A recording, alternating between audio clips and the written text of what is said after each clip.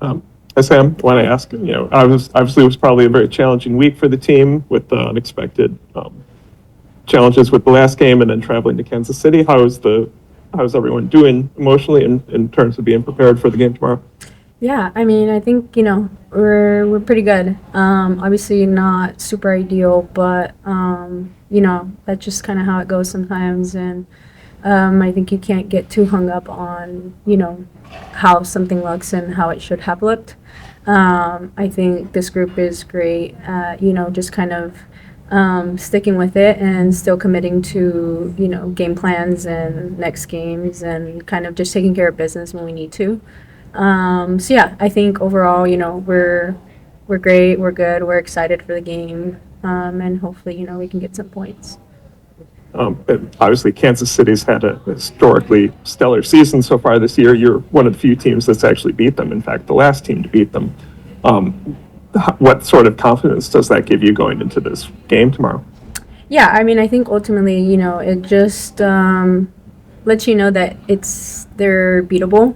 Obviously, they're a really great team and they have so many, excellent players and threats all over the field. But, again, I think being able to be, maybe one of the few teams that has been able to beat them just kind of gives you a little bit of confidence and honestly just a chip on your shoulder to be able to, go out again and try and do that again.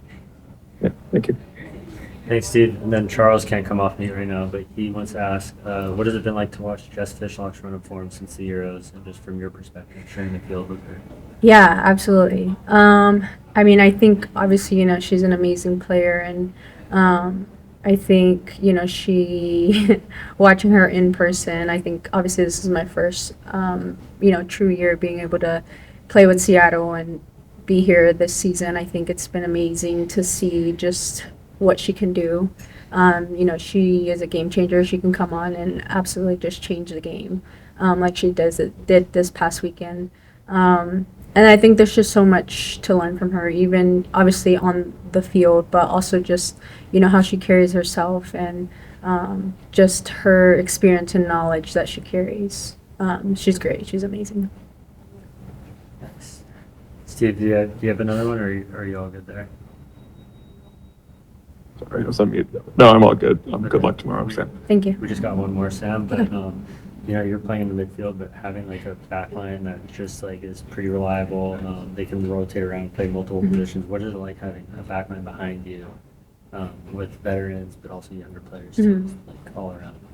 Yeah, I mean, I think, this season has been, I think, the season where we have been able to really commit and, be really strong defensively. I think that's a big part of, like, our game and,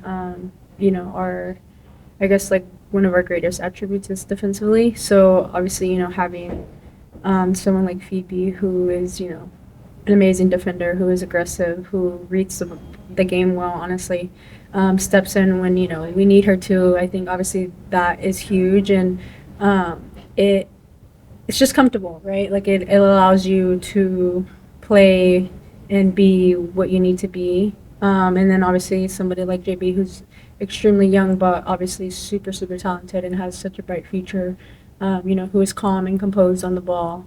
And then you have, MC and Sophia, who are both, amazing defensively, and, they can get up the line and do a little bit of both.